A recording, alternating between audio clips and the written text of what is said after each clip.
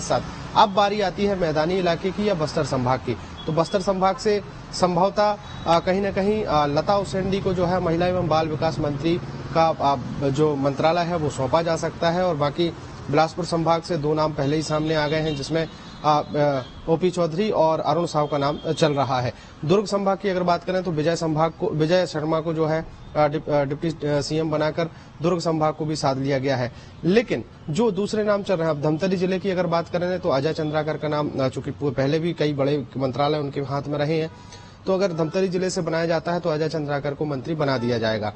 अब बारी आती है कि बाकी बचे हुए जो क्षेत्र हैं वहां से किसको मौका मिल सकता है, क्योंकि रायपुर से ब्रजमोहन अग्रवाल का नाम चल रहा है। तो इसी बीच चर्चा ये भी थी कि जो नए कैंडिडेट थे जिनको अचानक से भारतीय जनता पार्टी की टिकट दिया गया था, उनका नाम है पुरंदर मिश्रा। रायपुर उत्तर विधानसभा से उन्हें कैंडिडेट बनाया गया था और राष्ट्रपति की जो है वो डिमांड या राष्ट्रपति के कहने पर उनको टिकट मिला था, ऐसी भी चर्चा है। तो क्या अब पुरंदर मिश्रा को कैबिनेट में शामिल किया जा सकता है? इसकी अटकलें काफी तेज है, लेकिन चांसेस की अगर बात करें तो चूंकि वो पहली बार चुनाव लड़कर आए हैं, पहली बार विधायक बने हैं, तो उस लिहाज से थोड़े से चांसेस कम है। लेकिन जिस तरीके से ओपी चौधरी को और विजय शर्मा को बड़े पद दिए जाने की खबरें हैं, तो उस हिसाब से पुरंदर मिश्रा का नाम जो है वो कहीं न कहीं कम नहीं आंका जा सकता।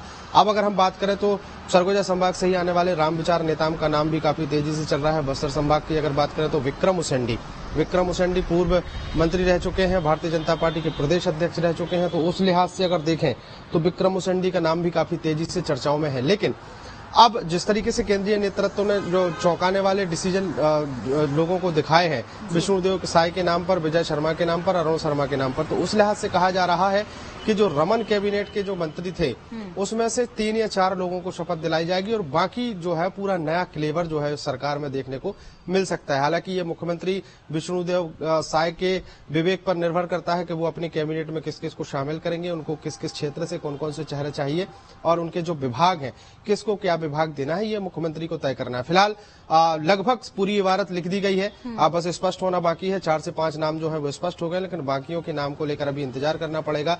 कल दोपहर राजधानी रायपुर के साइंस कॉलेज मैदान में शपथ ग्रहण समारोह रखा गया है और शपथ ग्रहण समारोह में 4-5 नाम की तो जानकारी स्पष्ट रूप से सामने आ गई है, लेकिन बाकी के नामों का खुलासा जो है वो शपथ ग्रहण के दौरान जो है वो होगा। 3 बजे का समय रखा गया है।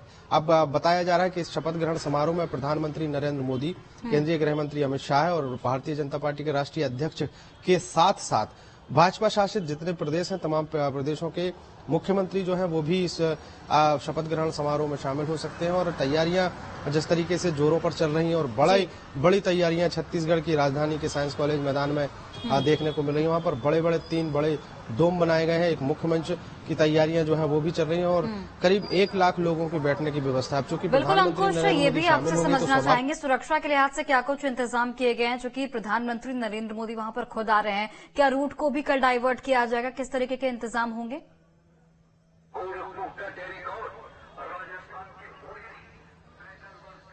देखिए, रायपुर का साइंस कॉलेज मैदान काफी बड़ा ग्राउंड है और वह जितने भी बड़े आयोजन, बड़े समारोह या बड़े कार्यक्रम होते हैं वो साइंस कॉलेज मैदान में ही होते हैं। चूंकि मैदान को इसलिए उचित माना गया है कि वहां पर पार्किंग की बेहतर व्यवस्था है। पार्किंग की बेहतर व्यवस्था के साथ साथ ज्यादा से ज्यादा लोगों के पहुंचने के साथ बैठाने की व्यवस्था जो है वहां पर बनाई गई है। अब चूंकि प्रधानमंत्री नरेंद्र मोदी आएंगे तो मुख्यमंत्री का शपथ ग्रहण समारोह है, तो ऐसा माना जा रहा है कि पूरे प्रदेश के साथ साथ देश भर के अलग अलग इलाकों से भी लोग छत्तीसगढ़ की राजधानी पहुंचेंगे।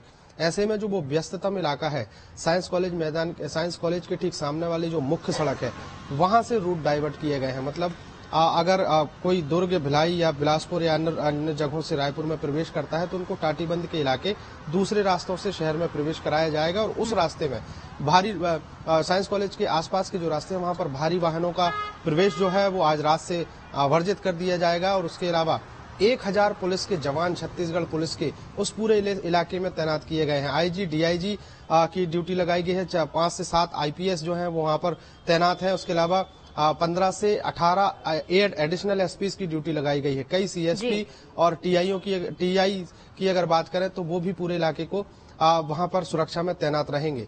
तो सुरक्षा के काफी इंतजामात हैं और चूंकि ट्रैफिक व्यवस्था जो है वो उसको बनाए रखने के लिए जो यातायात विभाग से जो कर्मचारी हैं, जो पुलिस के जो जवान हैं, उनको हर चौक चौराहे पर तैनात किया गया है। कुल मिलाकर अगर देखा जाए तो जब शपथ ग्रहण समारोह शुरू होने के 2 घंटे पहले से और खत्म होने के 2 घंटे बाद तक वहां पर भारी ट्रैफिक की दबाव रह सकता है और उस दबाव को देखते हुए पुलिस भी अपना रूट मैप तैयार करती हुई दिखाई दे रही है।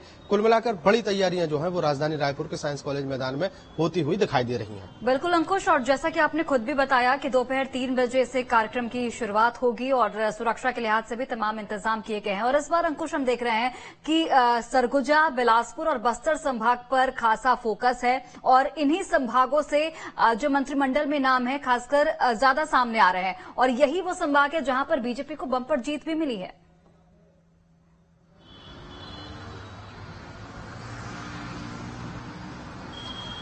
देखिए, सरगुजा संभाग की अगर बात करें तो 2018 के जो नतीजे थे वो भारतीय जनता पार्टी के बिल्कुल विपरीत थे, क्योंकि 14 विधानसभा सीटें सरगुजा संभाग से आती हैं और 14 की 14 जो है वो कांग्रेस के पाले में गई थी। अब ऐसे में 2023 के जब नतीजे आए तो वो पूरे नतीजे हैं जो है वो कांग्रेस के विपरीत चली गई, क्योंकि 14 की 14 विधानसभा सीटें भारतीय जनता पार्टी को मिली हैं। तो स्वाभाविक है जब वहां की सबसे ज्यादा सीटें हैं उस संभाग में और सबसे ज्यादा सीटें होने के नाते उस संभाग से जब जनता ने भारतीय जनता पार्टी को आशीर्वाद दिया है, अपना मत दिया है, तो स्वाभाविक है भारतीय जनता पार्टी की सरकार और भारतीय जनता पार्टी के जो आला नेतृत्व है वो भी उस संभाग को कहीं ना कहीं सम्मान देने के लिए आतुर था। यही कारण है कि हमने देखा है कि करीब 6-7 दिनों का दिन जरूर बीता था। और देखना होगा कि कल मंत्रिमंडल में किन किन नामों पर मुहर लगती है और जब कल पीएम मोदी पहुंचेंगे